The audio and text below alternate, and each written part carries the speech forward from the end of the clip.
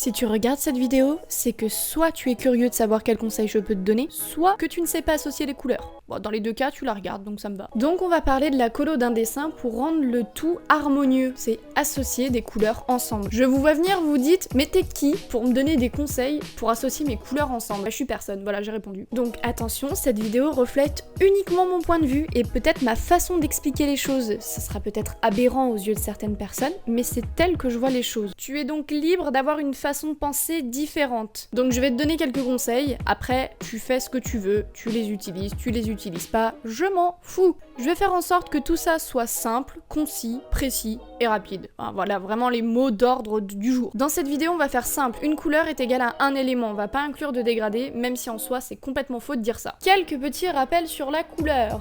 On a trop hâte. On sait tous que la couleur, c'est une longueur d'onde. Non, Slipper, on a dit simple, simple. On va qualifier la couleur avec trois choses. La première, c'est la teinte. C'est la base de la couleur en elle-même. Donc rouge, bleu, vert. La deuxième, c'est la luminosité. C'est si elle est plus ou moins foncée. Et la troisième, c'est la saturation. Si elle est plus ou moins pétante. Les couleurs qu'on qualifie de fluo sont vraiment des couleurs avec une saturation extrêmement élevée. Si on devait définir par exemple les couleurs vives et les couleurs ternes, je dirais simplement que les couleurs vives ont une forte luminosité, une forte saturation, alors que les couleurs ternes ont une luminosité plus faible et une saturation plus faible. Et par exemple, pour qualifier les couleurs pastel, je dirais que c'est simplement des couleurs qui ont une luminosité plus élevée, sans pour autant toucher la saturation. On est bon normalement avec ça là, parce que c'est pas trop compliqué jusque-là. Maintenant, ça va devenir intéressant et on va parler technique. Si on devait faire deux grandes familles de couleurs, je dirais qu'il existe les couleurs chaudes et les couleurs froides. Donc là, j'invente rien, c'est vraiment des choses qui existent. Pour vous souvenir, dites-vous que les couleurs chaudes font partie des couleurs de la flamme et que par conséquent, les autres, c'est les couleurs froides. On entend souvent parler de monochrome, et le monochrome c'est quoi? Bah clairement ça veut dire une couleur. Mais une couleur c'est un peu trop global, donc une teinte c'est plus précis. Le monochrome ne fonctionne pas qu'avec du noir, mais on peut faire aussi un monochrome de bleu, de rouge, de vert. On va aborder la notion de couleur complémentaire, donc c'est le moment de ne pas lâcher s'il vous plaît. Est-ce que tu arrives à visualiser l'arc-en-ciel? Donc en gros tu pars du jaune et tu fais toutes les couleurs jusqu'à revenir au jaune. C'est un cycle infini de couleurs. Si ce cycle est infini, on peut le faire en forme de cercle, hein, vu que ça se rejoint dans tous les cas. On va simplifier les couleurs parce qu'il en existe une infinité, et on va choisir les trois couleurs primaires, ce qui est le bleu, le rouge et le jaune. C'est pour faire simple. Pour faire simple, la couleur complémentaire du bleu, ça va être le orange, car il lui est opposé dans le cercle chromatique. On appelle ça un cercle chromatique, t'es pas obligé de le retenir, mais ça fait plus classe en dîner de famille, oui. Si t'as suivi la couleur complémentaire du rouge, c'est donc le vert, et la couleur complémentaire du jaune, le violet. Je me retiens depuis tout à l'heure, mais en fait ce truc est incorrect, c'est pas bleu et rouge, c'est cyan et magenta. Voilà les couleurs principales, primaires. Ah, ça va mieux maintenant. À quoi ça sert une couleur complémentaire? Ben, à se faire ressortir l'une l'autre. C'est une couleur chaude et une couleur froide. Et en fait, aucune des autres couleurs ne va plus se faire ressortir que celle qui lui est diamétralement opposée. On le voit parfaitement bien ici avec le rouge et le vert à gauche. Les rappels sont finis, maintenant on peut passer à la pratique. Je vais vous donner une méthode parmi 1 milliard de possibilités. Je vais pas vous dire quelle couleur va mieux avec quelle couleur parce que c'est impossible étant donné qu'il y a une infinité de couleurs, il y a une infinité de combinaisons, donc laissons tomber de ce côté-là. La méthode que je vous propose, c'est avoir un point de départ. Donc on va partir d'une couleur ou d'une idée. Bon, non, on va pas partir d'une idée, parce que c'est déjà trop compliqué, on va partir de la couleur rouge. C'est pas mal le rouge, non? Pour que ce soit un peu plus compréhensible, on va simplement faire des aplats de couleurs sur un dessin ensemble. Donc dessin que j'ai dû réaliser pour les soins de la vidéo. On a choisi la couleur rouge, qui est, comme on l'a vu plus tôt, une couleur chaude. Donc notre palette de couleurs va se composer de couleurs chaudes. Dans cette palette, on va venir piocher 3 ou 4 couleurs différentes du rouge. On peut éventuellement rajouter du noir et du blanc si on n'a pas d'idée. Je vous informe que la seule caractéristique qui change dans ces couleurs, c'est la teinte, c'est-à-dire qu'elles sont pareil en termes de saturation et en termes de luminosité. Ce qui fait que, associés ensemble, ça va faire un dessin très plat. On va donc reprendre ces couleurs de base, mais faire varier légèrement leur saturation et leur luminosité pour que ce soit un petit peu plus harmonieux. Et enfin, on vient appliquer les couleurs sur notre dessin. Bien évidemment, vous n'êtes pas obligé de vous limiter à 4 ou 5 couleurs. C'est juste pour éviter d'avoir trop de couleurs différentes sur le même dessin. Pour faire simple, plus il y a de couleurs sur un dessin, plus ça va être difficile de les marier entre elles. J'ai dit difficile, j'ai pas dit impossible. Après, vous n'avez plus qu'à placer vos ombres et là, on aura une colo qu'on appelle basique,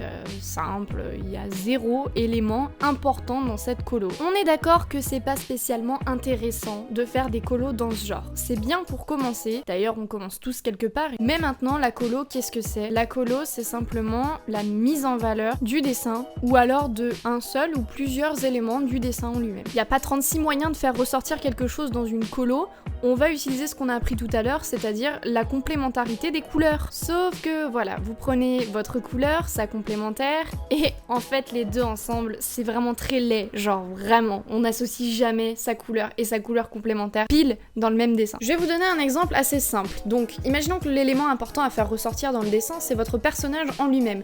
Donc, quel est le meilleur moyen? C'est de simplement rajouter un fond. Voici donc 3 fonds, le fond violet va faire ressortir le jaune, le fond bleu va faire ressortir le orange et le fond vert va faire sortir le rouge. On est d'accord jusque là, sauf que on est aussi d'accord sur le fait que c'est immonde. Enfin, je veux dire, il y a aucun fond qui va avec le personnage. Le moins pire, ce serait le bleu en bas parce qu'on imagine qu'on est dans un univers aquatique, donc c'est un peu plus logique, mais sinon c'est pas le top du tout quoi. On va partir sur le fond bleu. Voilà un fond bleu qui serait plus approprié. Alors, on sait que la couleur complémentaire du orange c'est le bleu, sauf que j'ai légèrement modifié la teinte et la luminosité de ce bleu là, ce qui fait que ça fait un résultat beaucoup plus doux et beaucoup plus agréable au regard. Vous avez compris le principe. Maintenant, si j'ai envie de mettre en valeur une ou plusieurs parties du personnage. On a aussi, ne l'oublions pas, la technique du monochrome, donc là c'est plutôt un trichrome, ou juste ici un bichrome. En fait, c'est un moyen tout bête de mettre en valeur une partie précise du personnage. Et là, dans les deux dessins, on peut clairement identifier ce qui est mis en valeur. Maintenant, imaginons que je suis dans mon dessin coloré de tout à l'heure et je veux mettre en valeur simplement les yeux. Je vais utiliser la complémentarité de la couleur. Dans ce dessin aux couleurs chaudes, on va rajouter les yeux en couleur froide, donc bleu,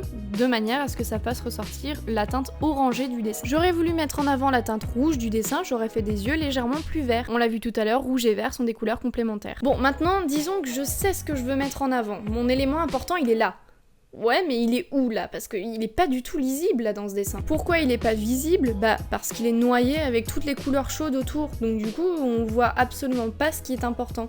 Maintenant, hop, j'utilise la complémentarité des couleurs. Et là, l'élément important ressort beaucoup mieux. Imaginons que j'ai envie de rajouter mon fond. Voilà, je me dis, je vais mettre le fond bleu qu'on avait trouvé tout à l'heure parce qu'il allait super bien. Maintenant, est-ce que ça va bien aller avec mon élément important? Eh ben oui, ça marche, mais c'est pas l'idéal. On a quand même deux bleus différents. On garde un certain contraste, mais par contre, ce qui ressort plus ici, c'est le personnage. L'élément important, il est pas trop mis en valeur. Pour effacer un petit peu le personnage et mettre vraiment en valeur l'élément important, on va choisir un fond de couleur chaude, comme ceci. Il ressort moins que dans le dessin précédent parce que c'est une couleur chaude, par contre on n'a pas la même saturation et luminosité, donc du coup il ressort quand même un peu, c'est pas comme s'il était totalement effacé. Du coup l'élément important il ressort avec la complémentarité du fond mais aussi avec la complémentarité du personnage, donc il est vraiment mis en avant. Imaginons que je veux garder le fond marin, mais je veux quand même que mon élément important il ressorte énormément. Donc la seule chose que je peux faire c'est jouer sur la luminosité du fond. En choisissant un fond bleu foncé, oui, du coup j'arrive à faire ressortir mon élément important. Par contre, on perd en lisibilité parce que non seulement il y a le bleu qui ressort, mais il y a aussi le jaune des nageoires qui ressortent aussi. Donc on arrive un peu dans une impasse, mais j'ai une solution. On va faire un rappel de couleur. Dans le fond, je vais rajouter une touche de bleu de la même couleur que l'élément important pour vraiment le mettre en avant. Là, c'est un peu aussi de la composition parce qu'on est plus attiré avec le halo de couleur par le centre, donc ce qu'il y a là entre les mains, que ce qu'il y a sur les côtés. Là, je me suis un peu cassé la tête parce que je voulais garder une certaine cohérence dans le dessin. Sinon, je me serais pas foulée, j'aurais pris l'autre fond qui allait très bien. On va faire le même dessin, sauf qu'on va le remplir avec des couleurs froides cette fois-ci. Et je vais vous montrer un exemple de quelque chose qui ne va pas, qui ne fonctionne pas. Sur ce dessin, il y a un truc qui va pas. Les couleurs vont pas ensemble, on dirait. Pourtant, j'ai fait comme tout à l'heure. J'ai pris des couleurs dans la palette de couleurs froides et j'ai mis un élément de couleur chaude dans ses mains pour qu'il soit mis en valeur. Je vous ai menti. L'intrus dans le dessin, selon vous, c'est quoi? Eh ben, c'est le vert ici. En soi, le dessin sans la lumière orange, il n'y aurait pas eu de problème. Par contre, on vient rajouter cette lumière orange et là, bouf, on saurait pas trop dire pourquoi, mais ça va pas. En fait, la combinaison bleu-vert-orange est vraiment pas une bonne solution. Pour remédier à ça, on peut soit changer le orange, soit changer le bleu, soit changer le vert. Honnêtement, le vert me choquait plus que le reste, alors j'ai changé le vert pour le faire un tout petit peu plus bleu. Et là, tout de suite, c'est plus agréable aux yeux. C'est assez fréquent qu'en utilisant une tierce couleur, vous vous rendez compte qu'une autre ne fonctionne pas avec, donc vous êtes sans cesse obligé de modifier un petit peu vos couleurs. C'est pour ça que c'est très important de faire des tests avant de faire une colo. Maintenant, on veut mettre un fond. Le fond qu'on a mis tout à l'heure fonctionne très bien. Voilà, on a une couleur plus foncée qui vient apporter un contraste, mais on a aussi l'élément important qui est bien mis en valeur. On aurait pu mettre un fond de couleur chaude, mais ça aurait fait moins ressortir l'élément important. Dernière chose,